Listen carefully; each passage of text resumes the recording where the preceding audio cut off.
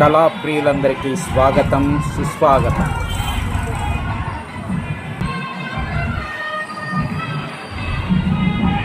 ప్రభుత్వం వారిచే ఏర్పరిచినటువంటి చిత్రకళా వీధికి కళాకారులకి స్వాగతం.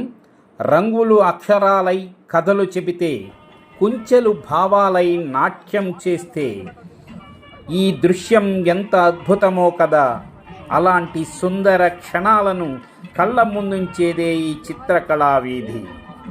వీరు రాంబాబు గారిని ఏలూరు నుంచి వచ్చారు. చాలా అద్భుతమైనటువంటి కళాఖండాలని వారు సృష్టించారు. చూపులను ఇట్టే ఆకట్టుకుంటాయి. సృజనాత్మకత ఉట్టిపడే కళాఖండాలు, జీవం ప్రస్ఫుటించే వర్ణచిత్రాలతో నగరం కళకళలాడింది. కళాకారుల ప్రతిభకు సజీవ దర్పణంగా నిలిచిందనటానికి ఎటువంటి సందేహమూ లేదు.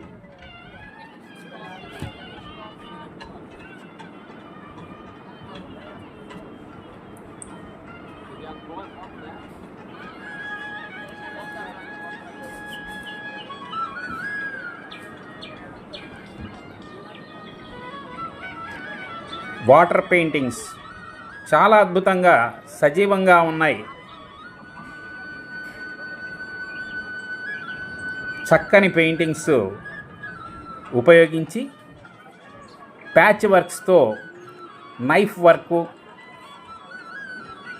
చాలా బాగా చేశారు. అలానే ఈశ్వర్ అని నేను పనిచేసిన పాఠశాలలోని విద్యార్థి. పాఠశాలలో ఆల వరకే నేర్పాం, తర్వాత పిహెచ్డి వరకు అతనే చేశాడు. మంచి ఆర్టిస్టు.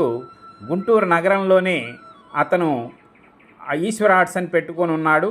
చక్కగా వేస్తాడు. హై స్కూల్స్ అవి పెద్ద పెద్ద కాంట్రాక్ట్స్ కూడా చేస్తుంటాడు.